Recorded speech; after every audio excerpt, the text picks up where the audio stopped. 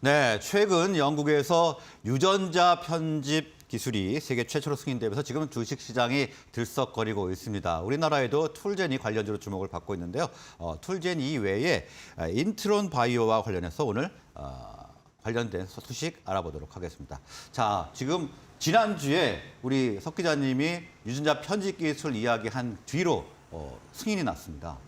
그러면서 지금 관련 제식들이 지금 뜨고 있는데 오늘 인트론 바이오에 대해서 좀 설명을 해주시죠. 네, 영국에서 이제 유전자 편집 기술이 이제 최초로 승인받았다는 소식에 이제 주가가 급등세를 보였던 종목 중 하나가 인트론 바이오입니다. 인트론 바이오는 이제 유전자 편집 기술 이야기를 하기 전에 이제 잠깐 어떤 회사인지 말씀드리면 마이크로바이옴보다 박테리오 파지가 면역에 더 중요하게 작용한다 이런 관점에서 신약 연구 개발을 하는 회사입니다. 박테리오 파지요? 네, 박테리오 파지입니다. 이를 바탕으로 다양한 플랫폼들을 만들고 있고요. 박테리오 파지는 의미 그대로 세균을 잡아먹는 바이러스 군들을 말합니다. 그래서 회사는 이 박테리오 파지를 개발을 해서 장내 세균까지 컨트롤할 수 있는 방향으로 이제 신약 개발을 하고 있는데요.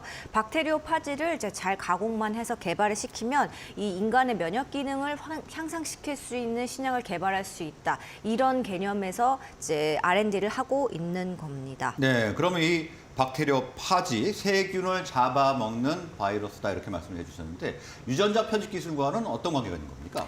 저도 이제 주가 변동폭이 좀 많이 심하길래 회사한테 이제 물어봤더니 회사에서는 이게 명확하게 잘 모르겠다라는 입장이긴 한데 2021년에 외신에다가 냈던 보도자료가 하나 있었다. 거기에 유전자 가위 편집 기술이 언급이 된다라고 하더라고요. 그래서 그 외신 기사를 제가 직접 봤는데요.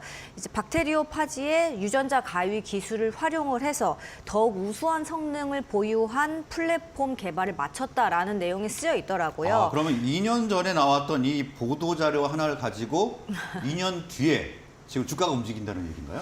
네, 회사는 그렇게 설명을 하더라고요. 네. 왜냐하면은 뭐 한국에 따로 이거를 이제 한국 자료로 낸 적이 없고 그냥 블룸버그 외신에다가만 하나 낸 게 다다 이렇게 이야기를 하고 있거든요. 네. 그래서 크리스퍼 가위 편집 기술을 사용을 해서 박테리오 파지의 효능을 높일 수 있게 됐다. 이렇게 언급이 돼 있으면서 유전자 편집 기술과 관련이 됐다. 이렇게 분석이 됩니다. 그래서 시장에서는 인트론 바이오가 크리스퍼 유전자 가위 기술로 뭔가를 하고 있구나라는 긍정적 시그널로 해석을 했고 이 때문에 좀 주가가 움직이지 않았나 이렇게 판단이 됩니다. 네, 자 그럼 플랫폼은 여러 가지인데 중요한 것은 이것으로 어떤 결과를 도출할 수 있느냐 아닐까 생각이 됩니다. 그리고 신약도 개발하고 있다고요.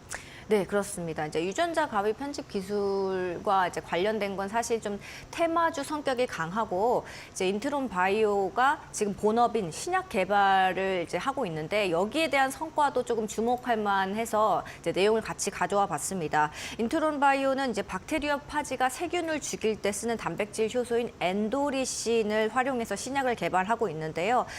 특히 이제 세계 최초로 엔도리신 자체를 이용해서 임상에 진입한 슈퍼 박테리오 후보 물질 SAL200이 이 회사의 핵심 후보 물질로 꼽히고 있습니다. 네. 이 SAL200은 2013년에 국내 식품의약품 안전처 임상 1상 승인을 받았고 2018년에는 스위스의 제약사 로이반트의 1조 1,500억 원 규모로 기술 이전이 되기도 했습니다. 벌써 그럼 5년 전에 조 단위가 넘어가는 기술 이전 계획을 체결한 건데 그럼 계속 연구가 진행되고 있는 건가요? 아쉽게도 지난해 이 기술이 반환이 다시 됐습니다. 반환이요? 네네. 그래서 6월에 이제 다시 반환이 됐는데 반환 배경에 대해서 회사는 이제 로이반트의 이런 정책적인 파이프라인 결정일 뿐이고 이제 치료제 기술이랑 안전성, 뭐 효능에는 문제가 있어서 그런 게 아니다 이렇게 이제 하는 입장입니다. 네.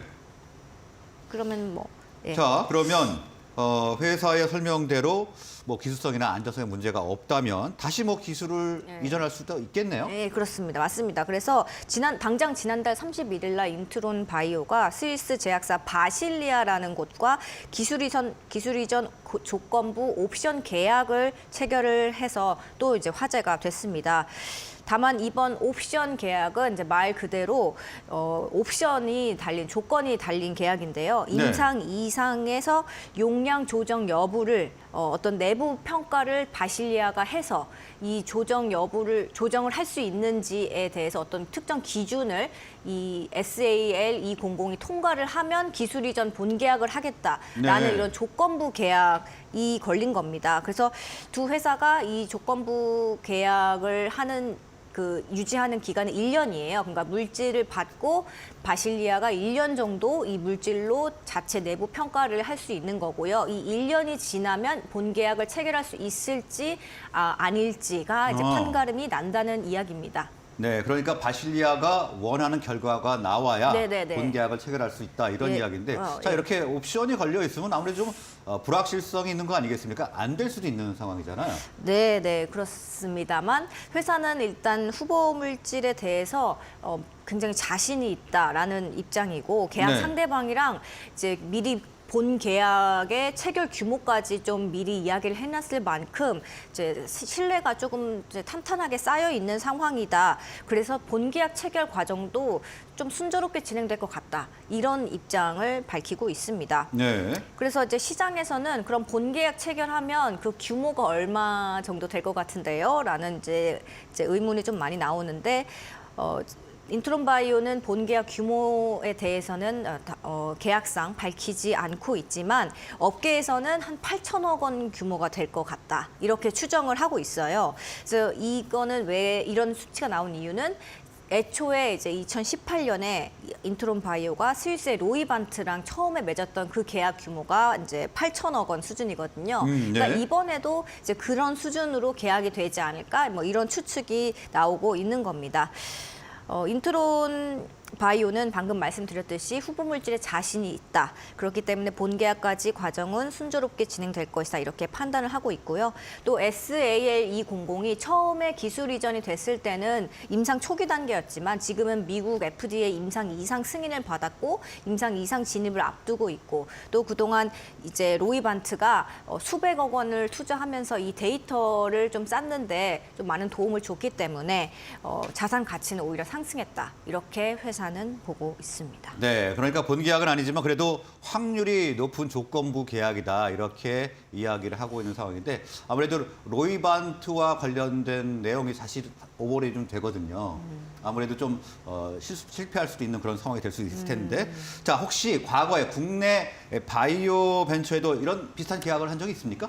네, 찾아보니까 하나가 있더라고요. 그래서 레고캠 바이오라고 코스닥 상장사, 네, 이가 이제 비슷한 계약 형태를 맺은 적이 있었습니다. 2021년 10월에 중국의 안텐진 바이오로직스와 기술 이전 옵션 계약을 맺었는데요. 레고캠 바이오와 안텐진이 ADC 항체 약물 접합체 기술이거든요. 이 후보 물질을 함께 발굴을 하고 물질이 확정이 된다면 그때 안텐진이 개발과 상업화 권리를 가져가는 그런 옵션을 행사하는 구조입니다. 그러니까 방금 말씀드린 조건부 계약이랑 비슷한 거죠. 그러니까 ADC 후보 물질이 발굴이 되면 그걸 보고 안텐진이 개발과 상업화 권리를 갖는 옵션 계약을 체결하는 그런 구조이기 때문에 이것도 어떻게 보면은 옵션이 걸린 구조였습니다. 뭐 당장 수익이 발생하진 않지만 그래도 이제 약속된 마일스톤은 최대 4,200억 원이었고요. 안텐진이 옵션을 행사하면 90일 내에 기술 이전이 이제 체결되는 그런 방식입니다. 네, 자 인트론 바이오 회사의 바람처럼 1년 후에 본 계약일이 좀 체결이 됐으면 하는 바람을 가져봅니다. 네.